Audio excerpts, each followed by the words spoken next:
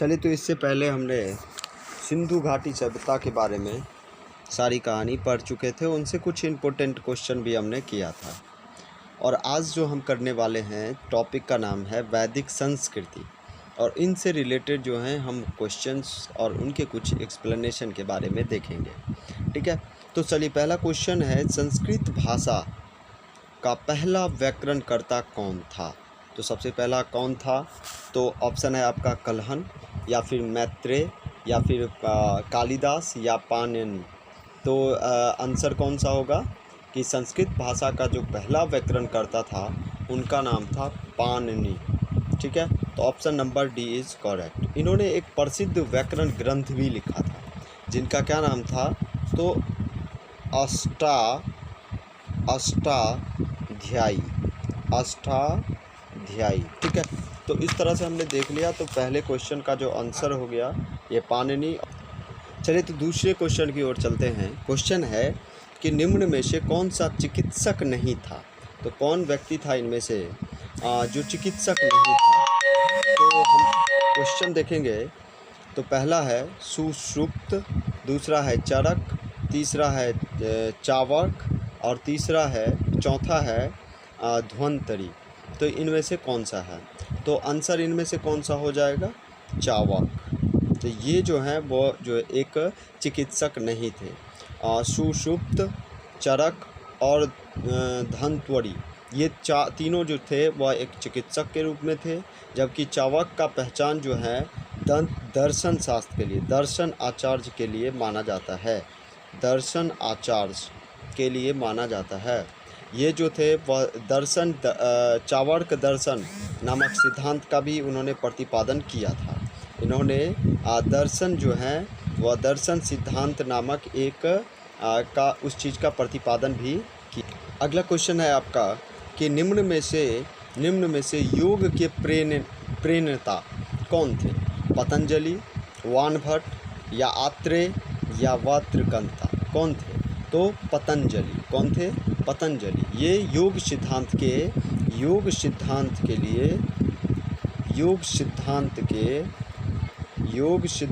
के प्रवर्तक थे।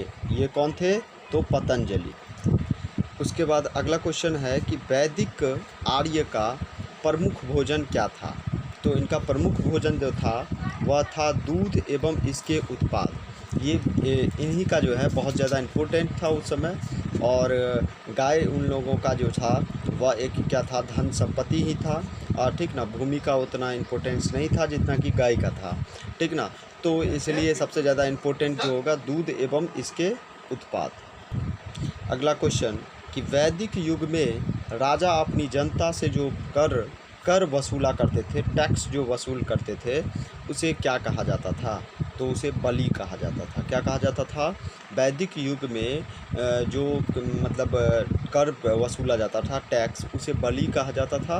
और वैदिक युग में जो कबीला का प्रधान होता था उसे राजा की संज्ञा दिया जाता था। और मतलब राजा जो हुआ करता था वो निर्कुंज नहीं था। ठीक ना, सभा समिति और विदर्थ नामक एक संस्थाएं होती थी जिसकी वह क्या करता था, राजा, तो उनकी नियंत्रण रखा करता था। ठीक ना, सभा समिति और विदर्थ नामक संस्थाएं की इनकी। ठीक ना, जनता पूर्व वैदिक में स्वेच्छा से राजा को जो कर देती थी वह बलि कहलाता था। ठीक ना, वो अपनी स्वेच्छा से दिया करता था। यही बलि उत्तर वैदिक काल में जाकर के बाध्यकारी हो गया था। ये उत्तर वैदिक काल में जाकर के बाध्यकारी हो गया था, लेकिन उस समय स्वेच्छा से दिया जाता था। चलिए, अगला क्वेश्चन है वेद शब्द का अर्थ क्या है। पहला ऑप्शन है ज्ञान, दूसरा बुद्धिमत्ता, तीसरा कुशलता, चौथा शक्ति। तो आंसर हो जाएगा ज्ञान। वेद शब्द का जो अर्थ होता है वह ज्ञान होता है। वेद हमारे देश का सबसे पुरानी संहिताएं हैं। ठीक है, और वेदों की जो संख्या है वो जो है वो कितनी है, तो 4 है। ठीक है, अगला क्वेश्चन है कि आयुर्वेद के वैद्य चिकित्सा का भगवान किसे मानते हैं। सुश्रुत, चौवन, या ध्वंतरी, या चरक। ये इनमें से किन को चिकित्सा का भगवान माना जाता है, तो ये हो जाएगा ऑप्शन नंबर सी। इनको जो है वह चिकित्सा का भगवान कहा जाता है। और हिंदू धर्म में व्यास द्वारा जो रचित है क्या चीज़ें, तो कौन सा था, तो श्रीमद् भागवत पुराण। इसमें धन्वंतरी को विष्णु का अंश दिया गया है, धन्वंतरी को विष्णु कहा गया है। ठीक है, चलिए अगला क्वेश्चन है कि वैदिक लोगों द्वारा किस धातु का प्रयोग पहले किया गया था। सबसे पहले किस चीज़ का किया गया था, तो ऑप्शन नंबर डी, तांबा का। ठीक है, वैदिक आर्य जो हैं के काल में दो भागों में बांटा गया है। इन भाग को दो भागों में बांटा गया है। ठीक है, इसको दो भागों में बांटा गया है। तो पहला जो काल है उनका नाम जो है वह कौन सा है, तो ऋग्वैदिक काल, ऋग्वैदिक काल। ठीक है, ऋग्वैदिक काल।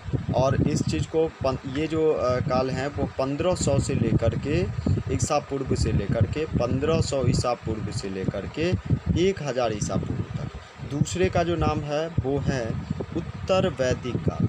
ठीक ना, उत्तर वैदिक काल, उत्तर वैदिक काल। और इनका जो कार्यकाल है वो है 1000 से लेकर के 500 ईसा पूर्व तक। ठीक है, तो ऋग्वैदिक काल में जो आर्य था वह तांबा से परिचित थे। ऋग्वैदिक काल में जो थे वह तांबा से परिचित थे, ये लोग तांबा से परिचित थे। ठीक है, तो इस तरह से बाद में उत्तर वैदिक काल में जो है वह लोहा की खोज हुई। इसके काल में जो इस समय में जो है वह लोहा की खोज हुई थी। लोहा की खोज जो है वह उत्तर वैदिक काल में हुई थी। ठीक ना, और इन्हीं के काल में जो है लोहा की खोज होने के कारण बाद जो है वह क्रांतिकारी परिवर्तन आया, बहुत ज़्यादा वो आया था उत्तर वैदिक काल में। अगला क्वेश्चन है, भारत में वर्ण व्यवस्था किस लिए बनाई गई थी। भारत में जो वर्ण व्यवस्था था वह किस लिए बनाई गई थी, तो व्यावसायिक श्रम विभाजन के लिए। ठीक ना, भारत में वर्ण व्यवस्था को दो चरणों में देखा जा सकता है, ऋग्वैदिक काल और उत्तर वैदिक काल। ठीक ना, उत्तर वैदिक काल। ऋग्वैदिक काल में जो वर्ण व्यवस्था थी वह श्रम आधारित थी। ऋग्वैदिक काल में जो था वह था, ऋग्वैदिक काल में जो था वो था श्रम पर आधारित। ठीक है, श्रम पर आधारित तक। और उत्तर वैदिक काल में जो था, उत्तर वैदिक काल में जो था बाद में आकर के यही उत्तर वैदिक काल में जो है वह जन्म के आधार पर था। जिस वंश में जन्म लिया उन्हीं के पर आधारित हो जाता था। ठीक है, तो ये था। अगला क्वेश्चन है कि वैदिक गणित का सबसे महत्वपूर्ण पाठ है इनमें से कौन सा। पहला ऑप्शन नंबर कौन सा हो जाएगा, तो वैदिक गणित का सबसे महत्वपूर्ण जो पाठ है वो है सुलभ सूत्र। ठीक है, तो वैदिक गणित का सबसे महत्वपूर्ण जो पाठ है वो है सुलभ सूत्र। ठीक है, चलिए अगला क्वेश्चन है कि गार्गी, मैत्रेय और कपिला का घर कहाँ था। ये बहुत ज़्यादा इम्पोर्टेंट भी है और ढेर सारे एग्ज़ाम में पूछा भी गया है। तो इनका जो घर था वो था मिथिला। याद रखें कि गार्गी, मैत्रेय, कपिला, विदुषी थी, ये सब महिलाएं बहुत विद्वान महिलाएं थी। और विदुषी थी, ये सब क्या थी, तो विदुषी इसको। ठीक ना, तो ये बहुत ही ज़्यादा विद्वान थी और इन सब का जो घर था वो मिथिला ही था। और इन सभी का संबंध मिथिला से वर्तमान में जो है वह कहाँ स्थित है, तो वो है नेपाल में। कहाँ स्थित है, नेपाल में जो है। और इनसे और भी थी, और भी जिक्र है जिसका नाम था अपाला, एक का नाम थी महिला की, दूसरा का नाम था विश्वारा, ये सब भी विदुषी थी। ठीक ना, इन सब का भी चर्चा किया गया है। ठीक ना, बहुत ज़्यादा इम्पोर्टेंट क्वेश्चन।